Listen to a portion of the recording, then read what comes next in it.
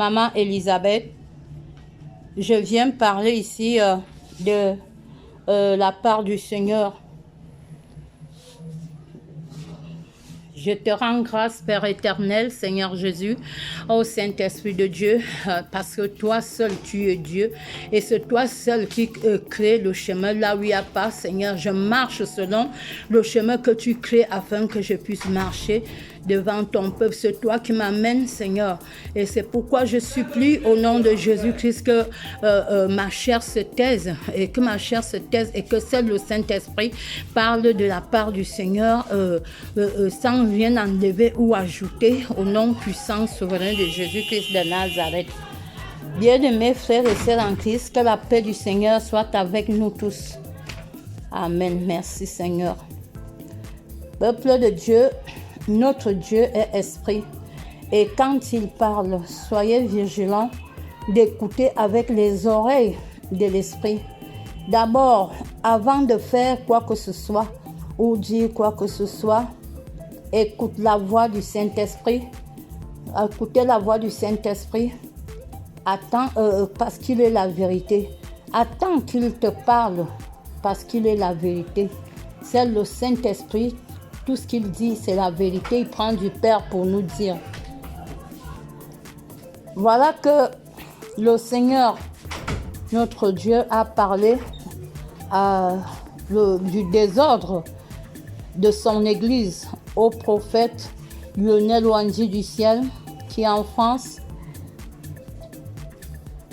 pour parler au grand homme que je respecte beaucoup, Papa Rodrigue Ndefo, et que je respecte beaucoup, Papa Rodrigue Ndefo, et que Dieu utilise beaucoup. À travers lui, j'ai été délivrée en esprit, même naturellement. Mes enfants qui partent dans son église, oui, ont eu des délivrances sans nombre, je ne peux pas compter. Ce grand homme de Dieu que Dieu utilise, ma maman Elisabeth aussi, je rends grâce à Dieu pour ça. Je rends grâce à Dieu réellement pour cela et je le respecte. C'est pourquoi je viens vous dire de la part de l'Éternel, je viens vous dire de la part de l'Éternel ce que j'ai reçu. J'étais en prière parce qu'il y a trop de parler aux réseaux sociaux et tout et tout. Le Seigneur m'a dit, quand une prophétie sort sur un grand homme de Dieu, c'est son serviteur. Nous devons avoir le discernement d'analyser ce que la prophétie dit. Le Seigneur n'a pas dit que c'est le prophète Rodrigue Ndefo qui fait le désordre dans l'église. Non. Il dit, il ne peut pas dire à le prophète Rodrigue Ndefo, papa, il a tellement des enfants, les bébés spirituels et les enfants mûrs. Alors s'il y a un désordre au milieu, le Seigneur ne va pas parler à une autre personne, il va parler à son serviteur à lui, que le Seigneur va parler.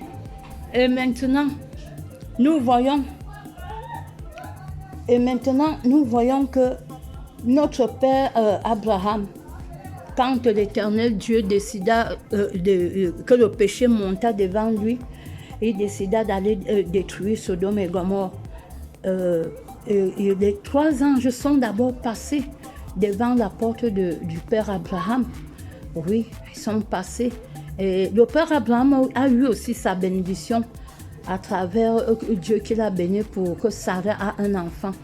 Et nous voyons que les anges que Dieu a envoyés devaient passer. Et Dieu regretta, il dit, cacherai ça à Abraham. Nous voyons, c'est dans Genèse chapitre 18, versets 17 à 19. Vous allez lire. Et maintenant, il a dit à Abraham qu'il partait à Sodome et Gomorrhe. Vous connaissez vraiment bien tout ce qui s'est passé. Et Abraham a intercédé parce que c'est le père de la nation. Dieu ne peut pas, quand il te choisit, que tu es son serviteur, et il te fait un père de la nation.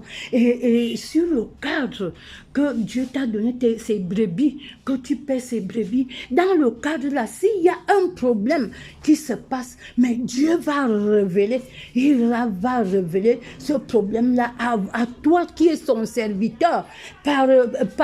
Dieu fait ce qu'il veut. S'il est passé chez le prophète Wandi, pour révéler cela, c'est pour que papa comprenne que non, au milieu de tous les brebis que Dieu lui a donnés, il y a une nuance quelque part. Je bénis l'Éternel parce que il est un bon Dieu, il est un Dieu, il fait tout ce qu'il veut avec nous. Nous sommes ses enfants. Donc, nous sommes ses enfants. Quand une prophétie alors sort comme ça, l'Éternel, nous allons prier tous. Nous tous, nous allons nous lever, nous allons prier le Seigneur. Seigneur, dans le ministère de Papa Rodrigue Defo, s'il y a un de nos frères ou sœurs dans les églises et tout, il y a le désordre, Seigneur, nous te supplions afin que ce désordre s'arrête, touche les cœurs, afin que tous nous soyons à toi, que la paix soit. Mais moi, je crois que c'est ce que nous devons faire, que de livrer la guerre. Donc on dit, vérifiez les prophéties. Quand les prophéties sortent, vérifie ce qui est à toi, tu peux prendre. Ce qui n'est pas à toi, tu ne sais. Quand une prophétie sort, ce n'est même pas pour une seule personne. Ce n'est pas pour une seule personne. Mais si Dieu a vu que c'est sur le prophète Rodrigue Ndefo, que c'est allé tomber, que Dieu m'en garde, c'est un grand homme de Dieu vraiment que je respecte et je suis vraiment à genoux devant lui pour la prière, pour l'église et tout. Donc, je suis en train de dire que le prophète, lui, ne peut pas faire ça. Au contraire, Dieu passe par lui pour lui montrer ce qui se passe dans le ministère. C'est pas à lui que c'est lui qui met le désordre. Non, c'est pas ça. Je bénis l'Éternel Dieu parce qu'il est Dieu, il est bon, il est merveilleux. Je veux aussi même dire, il y a dans 2 Corinthiens, chapitre 6, verset 14, Jésus-Christ a vu un aveugle assis à la porte de l'église. Jésus-Christ est venu, lui a ouvert les yeux. Il lui a ouvert les yeux et l'aveugle était content, disait partout et tout. Mais je vous dis que la loi a appelé son père et sa mère. Est-ce que vraiment cet homme était aveugle et tout et tout? C'est comme ça. Quand si quelque part les enfants font le désordre, c'est aux parents qu'on va indexer. Et Papa Rodrigue Defo est le père d'une nation que Dieu lui a donné. Le père d'une grande nation.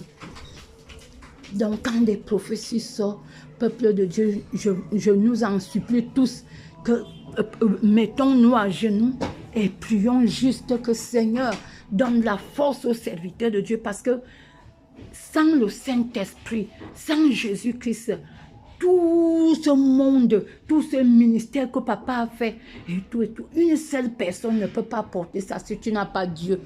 Si tu n'as pas Dieu. C'est pourquoi je viens rendre grâce à Dieu que l'Éternel étend sa main au Cameroun, de tous les serviteurs qui sont au Cameroun. Que l'Éternel donne la force, renforce la force aux serviteurs du Cameroun pour que nous puissions lui suivre, lui le célébrer Dieu, que nous serons unis au nom puissant de Jésus. Seigneur, nous ne devons pas permettre que l'ennemi entre au milieu des enfants de Dieu, au nom puissant de Jésus. Seigneur, nous voulons que tu viennes, Seigneur, toi-même, Jésus-Christ de Nazareth, que tu sois devant nous, que tu marches devant nous, afin que nous puissions bien marcher selon ta volonté, au nom puissant, souverain de Jésus-Christ de Nazareth que je venais de prier. Seigneur, je prie que tu mettes encore la paix au milieu de tous les serviteurs qui sont au Cameroun. Au nom de Jésus, que nous serons unis. Seigneur, tu dis dans ta parole, aimez-vous les uns les autres. Seigneur, que nous formons un bloc afin que Satan n'a aucun droit d'entrer, Seigneur, au milieu des enfants de Dieu que tu nous as choisis au Cameroun. Que la paix de Dieu soit au Cameroun. Au nom puissant de Jésus-Christ de Nazareth que je viens de prier. Amen. Merci, Père éternel. Shalom.